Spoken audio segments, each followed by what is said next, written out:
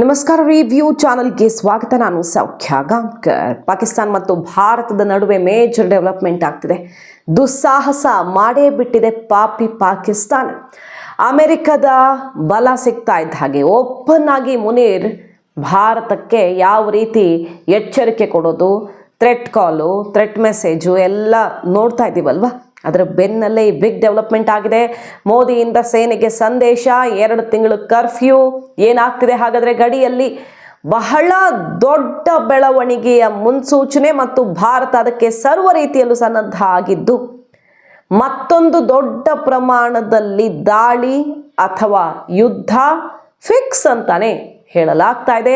Details ಇಡ್ತಾ ಹೋಗ್ತೀವಿ. Miss ಮಾಡ್ತಾರೆ ನಮ್ಮ ಚಾನಲ್ನ ಸಬ್ಸ್ಕ್ರೈಬ್ ಮಾಡಿ, ನಿಮ್ಮ ಅಭಿಪ್ರಾಯ ಕಮೆಂಟ್ ಮಾಡ್ತಾರೆ. ಎಸ್ ವೀಕ್ಷಕರೇ, ಇದ್ರೆ ಈ ಒಂದು ಬೆಳವಣಿಗೆ ಖಂಡಿತವಾಗತ್ತೆ ಅಂತ 4-5 ದಿನಗಳ ಹಿಂದೆ ನಾವು ರಿಪೋರ್ಟ್ ಮಾಡಿದ್ವಿ. ಒಂದು ಭೀಕರ ದಾಳಿ ಫಿಕ್ಸು ಅನ್ನೋದನ್ನ ಅಮೆರಿಕದಲ್ಲಿ ಮುನೀರ್ ನಿಂತು ಮಾತಾಡಿದ್ ನೋಡಿದ್ರೆ ಅರ್ಥ ಮಾಡ್ಕೊಳ್ಬಹುದಿತ್ತು. ಯಾಕಂದ್ರೆ ಟ್ರಂಪ್ ಭಾರತ ಸೆಡ್ಡು ಹೊಡೆದಿರೋ ರೀತಿಗೆ ಕಣ್ಣು ಕೆಂಪು ಮಾಡಿಕೊಂಡು ಈಗ ಪಾಕಿಸ್ತಾನದ ಬೆನ್ನು ತಟ್ತಿರೋದು ಪದೇ ಪದೇ. ಈ ಸ್ವಾತಂತ್ರ್ಯೋತ್ಸವಕ್ಕೆ ಪಾಕಿಸ್ತಾನಕ್ಕೆ ವಿಶ್ ಮಾಡಿರೋದು ಅಮೆರಿಕ. ಎಲ್ಲದಕ್ಕೂ ಪಾಕಿಸ್ತಾನವನ್ನು ಗಟ್ಟಿಯಾಗಿ ಹಿಡ್ಕೊಂಡು ಬಿಟ್ಟಿದೆ ಈಗ ಅಮೆರಿಕ. ಯಾಕಂದ್ರೆ ಪಾಕಿಸ್ತಾನದಿಂದ ಮಾತ್ರ ಈಗ ಭಾರತಕ್ಕೆ ತೊಂದರೆ ಕೊಡೋದಕ್ಕೆ ನಮಗೆ ಆಪ್ಷನ್ ಇರೋದು ಅನ್ನೋ ರೀತಿ ನಿರ್ಧಾರ ಮಾಡಿಬಿಟ್ಟಿದೆ. ಯಾವುದಕ್ಕೂ ಜಗ್ಗಲ್ಲ ಅಂತ ಚೀನಾಗಿಂತ ಸ್ಟ್ರಾಂಗ್ ಆಗಿ ಭಾರತ ಆನ್ಸರ್ ಕೊಡ್ತಲ್ಲ, ಅದು ಒಂದು ರೀತಿ ಕಪಾಳ ಮೋಕ್ಷ ಆದಂಗಾಗಿದೆ. ಭಾರತ ಈ ರೇಂಜಿಗೆ ಬೆಳೆದು ಬಿಡ್ತಲ್ಲ ನಮಗೆ ಈ ರೀತಿ ಉತ್ತರ ಕೊಡೋ ರೀತಿಯಲ್ಲಿ ಅಂತ. ಹಾಗಾಗಿ ಈಗ ಪಾಕಿಸ್ತಾನಕ್ಕೆ ಏನೇನು ಬೇಕೋ ಎಲ್ಲ ಕಳಿಸ್ಕೊಡೋ ಕೆಲಸವನ್ನ ಅಮೆರಿಕ ಮಾಡ್ತಿರೋ ಹೊತ್ತಲ್ಲೇ ದಾಳಿ ನಡೆದೇ ಬಿಟ್ಟಿದೆ.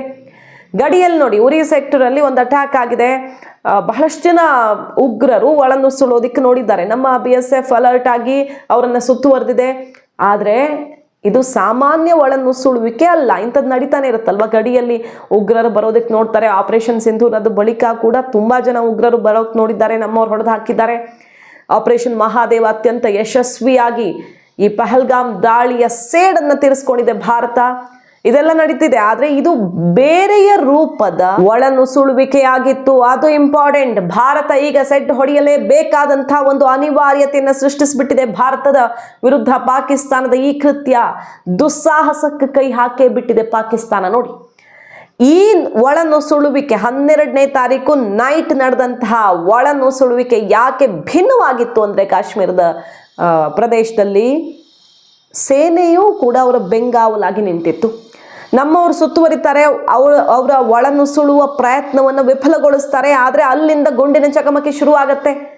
ನಿರಂತರವಾಗಿ ಪಾಕಿಸ್ತಾನದ ಸೇನೆ ಬೆನ್ನಿಗೆ ನಿಂತುಕೊಂಡು ಇವರನ್ನ ಒಳಗೆ ನುಗ್ಗಿಸೋದಕ್ಕೆ ಬಂದಿದೆ ಅನ್ನೋದು ಖಚಿತವಾಗಿದೆ. ಭಾರತಕ್ಕೆ ಸಿಕ್ಕಿರೋ ಮಾಹಿತಿ, ಒಂದು ಗುಪ್ತಚರ ಮಾಹಿತಿ ಕೂಡ ಇತ್ತು. ಇವರದ್ದು ಏನೋ ಒಂದು ದೊಡ್ಡದಿದೆ. ಈಗ ಪಹಲ್ಗಾಮ್ ಅಟ್ಯಾಕ್ ಆದ್ಮೇಲೆ ನಾವು ಕೊಟ್ಟ ಏಟು ಸಹಿಸ್ಕೊಳ್ಳೋಕ್ಕಾಗಿಲ್ಲ.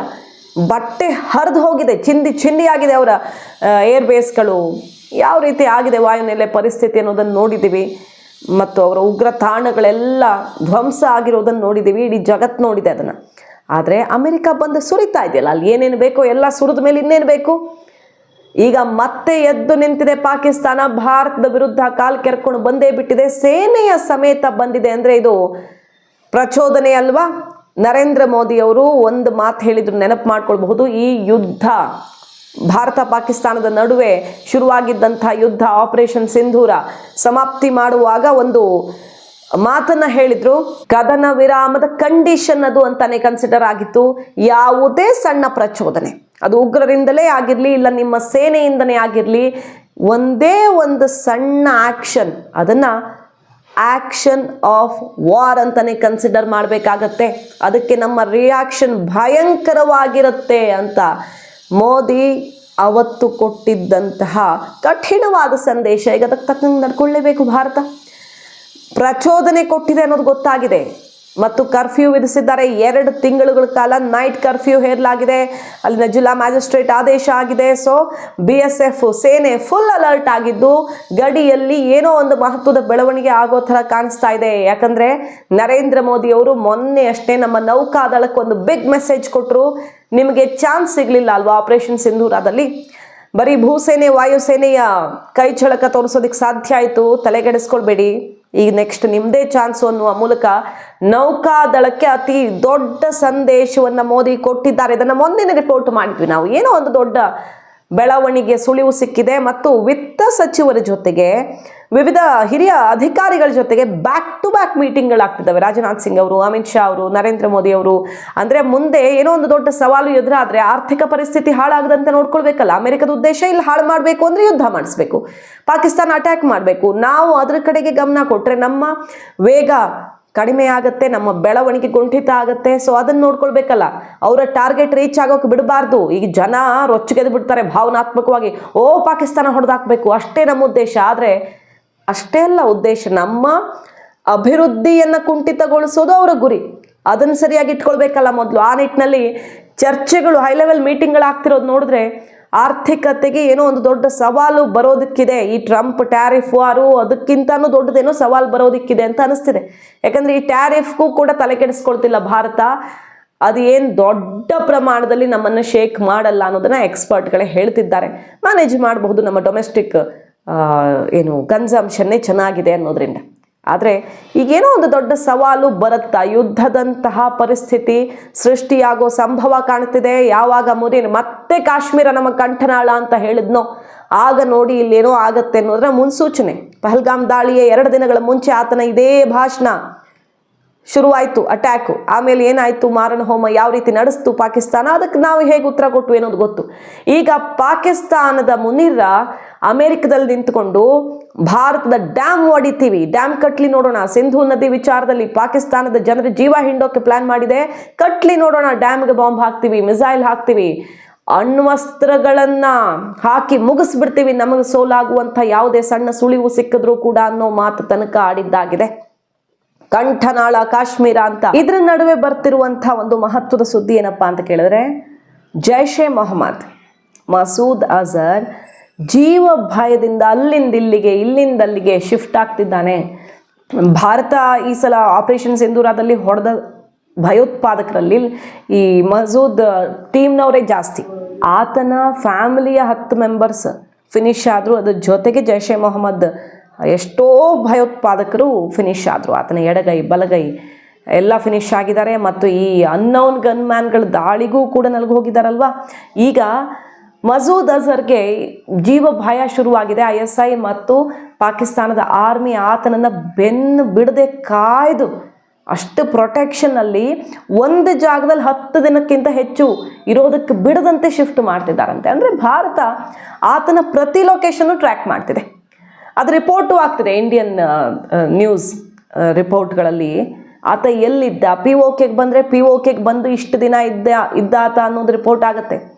ಅಂದರೆ ಅಷ್ಟು ಆ್ಯಕ್ಯುರೇಟ್ ಆಗಿ ಆತನನ್ನು ಭಾರತದ ಇಂಟೆಲಿಜೆನ್ಸ್ ಟ್ರ್ಯಾಕ್ ಮಾಡ್ತಿದೆ ಅನ್ನೋದು ಗೊತ್ತಾಗಿ ಈಗ ಆತನಿಗೆ ಜೀವ ಭಯ ಶುರುವಾಗಿದೆ. ನೋಡಿ, ಈ ಲಷ್ಕರ್ ಎ ತೊಯ್ಬಾಗೆ ಕಂಪೇರ್ ಮಾಡಿದ್ರೆ ಜೈಷ್ ಎ ಮೊಹಮ್ಮದ್ ಸಂಘಟನೆ ಸಿಕ್ಕಾಪಟ್ಟೆ ವೀಕ್ ಆಗಿದೆ.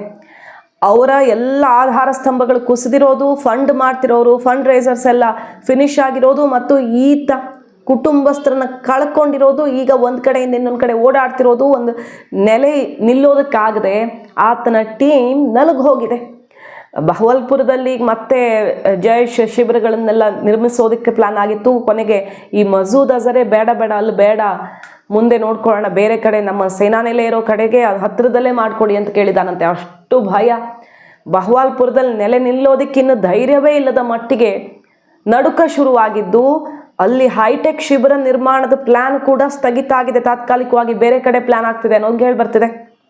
ನೋಡಿ, ಮಸೂದ್ ಅಜರ್ ಎಲ್ಲೆಲ್ಲಿಗೆ ಹೋಗಿದ್ದಾನೆ ಅಂತ ಕೇಳಿದ್ರೆ ಭಾರತ ಕಂಪ್ಲೀಟ್ ಆಗಿ ಟ್ರ್ಯಾಕ್ ಮಾಡಿದೆ. ಆತ ಎಲ್ಲಿ ಹೋಗಿದ್ದಾನೆ, ಎಲ್ಲಿ ಬಂದಿದ್ದಾನೆ ಅಂತ. ಗಿಲ್ಗಿಟ್ ಬಲ್ತಿಸ್ತಾನದಲ್ಲಿ ಸ್ವಲ್ಪ ದಿನ ಇದ್ದ, ರಾವಲ್ಪಿಂಡಿಲಿ ಸ್ವಲ್ಪ ದಿನ ಇದ್ದ, 1200 ಕಿಲೋಮೀಟರ್ ಬಹವಾಲ್ಪುರದಿಂದ ಬೇರೆ ಬೇರೆ ಲೊಕೇಶನನ್ನು ಹುಡ್ಕೊಂಡು ಆತ ಓಡಾಡ್ತಿರೋದು. ಸ್ಕಾರ್ದುವಲ್ಲಿ ಸ್ವಲ್ಪ ದಿನ ಇದ್ದ, 20 ಡೇಸ್ ಇಲ್ಲೇ ಮ್ಯಾಕ್ಸಿಮಮ್ ಆತ ಉಳ್ಕೊಂಡಿದ್ದು.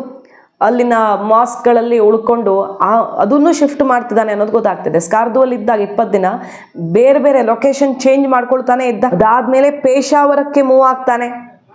ಈ ರೀತಿ ಕಂಪ್ಲೀಟ್ ಆಗಿ ಆತ ಕಾಲಿಗೆ ಚಕ್ರ ಕಟ್ಕೊಂಡು ಓಡಾಡ್ತಿರುವಂಥ ಸುದ್ದಿ ಬರ್ತಿದೆ. ಅದರ ಅರ್ಥ ಏನು? ಮಸೂದ್ ಅಜರ್ನನ್ನು ನಿಂತಲ್ಲಿ ನಿಲ್ಲೋಕೆ ಬಿಡ್ತಿಲ್ಲ ಭಾರತದ ಇಂಟೆಲಿಜೆನ್ಸ್. ಇಲ್ಲಿ ಕ್ಷಣದ ಮಾಹಿತಿ ಬರ್ತಾ ಇದೆ. ಸೊ ಸರಿಯಾದ ಸಮಯ ನೋಡಿ ಈ ಮಸೂದ್ ಅಜರ್ ತಲೆ ತೆಗೆಯೋದು ಗ್ಯಾರಂಟಿ. ಅದು ನಡುಕ ಹುಟ್ಟಿಸಿರೋದು. ಈಗ POKL ಬಂದಿದ್ದು ಸುದ್ದಿ ಆಗಿತ್ತು, ನಾವು ಕೂಡ ರಿಪೋರ್ಟ್ ಮಾಡಿದ್ವಿ. POKL ಬಂದಿದ್ದು ಯಾಕೆ ಇದ್ದಕ್ಕಿದ್ದಂತೆ ಅಂತ, ಆ ಥರ ಅಂದರೆ ಕನ್ಫ್ಯೂಸ್ ಮಾಡಬೇಕು ಎದುರಾಳಿಗಳಿಗೆ ಅಂತ ಅಷ್ಟು ಲೊಕೇಶನ್ ಚೇಂಜ್ ಮಾಡ್ತಿದ್ದಾನೆ ಮಸೂದ್ ಅಜರ್. ಈ ಸಲ ಭಾರತ ದೊಡ್ಡ ತಲೆ ತೆಗೆಯೋದಕ್ಕೆ ಸ್ಕೆಚ್ ಹಾಕಿದೆ ಅನ್ನೋದರ ಸ್ಪಷ್ಟ ಕುರುಹು ಇದು. ಸೊ ಪಾಕಿಸ್ತಾನವನ್ನು ಭಾರತ ಏನೇನು ಮಾಡಬೇಕೋ ಎಲ್ಲ ಕಡೆಯಿಂದ ಕಟ್ಟಿ ಹಾಕಿದೆ. ಅದು ನೀರಿನ ವಿಚಾರ ಇರಬಹುದು, ಅಂತಾರಾಷ್ಟ್ರೀಯ ವಿಚಾರದಲ್ಲಿರಬಹುದು. ಆದರೆ ಅಮೇರಿಕ ಈಗ ಬಂದು ಕೂತ್ಕೊಂಡು ಎಲ್ಲ ಶಕ್ತಿನೂ ಕೊಡ್ತೀನಿ, ಅದು ಏನು ಮಾಡ್ತಿರೋ ಮಾಡಿ ಭಾರತ ಹಾಳು ಮಾಡಬೇಕು ಅಂತ ಈಗ ಟಾಸ್ಕ್ ಕೊಟ್ಟಿರೋದು ಮುನೀರ್ಗೆ. ಹಾಗಾಗಿ ಈಗ ಯುದ್ಧದ ಪರಿಸ್ಥಿತಿ, ಯುದ್ಧದ ಕಾರ್ಮೋಡ ಮತ್ತೆ ಕವಿತಾ ಇದೆ. ಈ ಸಲ ಅದು ಬೇರೆ ಹಂತದ್ದೇ ಆಗಿರುತ್ತೆ. ನಾವಾಗ ಕಾಲು ಕೇರ್ಕೊಂಡು ಹೋಗಲ್ಲ, ಬಟ್ ಅವರಾಗ ಬಂದರೆ ಬಿಡೋಕೆ ಸಾಧ್ಯನೇ ಇಲ್ಲ. ಆಪರೇಷನ್ ಸಿಂಧೂರ್ ಅದ್ರಲ್ಲಿ ತೋರಿಸಾಗಿದೆ. ಈಗ ಅದು ನೆಕ್ಸ್ಟ್ ಲೆವೆಲಲ್ಲಿ ಆಗುತ್ತೆ. ಆ ಸುಳಿವನ್ನು ನೌಕಾದಳಕ್ಕೆ ಮೋದಿ ಕೊಟ್ಟಿದ್ದಾರೆ ಆಲ್ರೆಡಿ. ರೆಡಿ ಆಗಿರಿ, ನೆಕ್ಸ್ಟ್ ಚಾನ್ಸ್ ನಿಮ್ಮದೇ ಅಂತ. ಕಾದ್ ನೋಡೋಣ. ಭಾರತಕ್ಕೆ ಬಹಳಷ್ಟು ದೊಡ್ಡ ಸವಾಲುಗಳು ಎದುರಾಗಿವೆ. ಭಾರತದ ಬೆಳವಣಿಗೆಯನ್ನು ಕುಂಠಿತ ಮಾಡಬೇಕು ಅಂತಾನೇ ಸೃಷ್ಟಿಯಾಗಿರೋ ಸವಾಲುಗಳು, ಆದರೆ ಎದುರಿಸೋ ಶಕ್ತಿ ನಮಗಿದೆ ಅನ್ನೋದ್ರಲ್ಲಿ ಡೌಟ್ ಇಲ್ಲ. ಮಾಹಿತಿ ಇಷ್ಟ ಆಗಿದ್ರೆ ಮಿಸ್ ಮಾಡದೆ ನಮ್ಮ ಚಾನಲ್ನ ಸಬ್ಸ್ಕ್ರೈಬ್ ಮಾಡಿ, ನಿಮ್ಮ ಅಭಿಪ್ರಾಯ ಕಮೆಂಟ್ ಮಾಡಿ ತಿಳಿಸಿ. Thank you.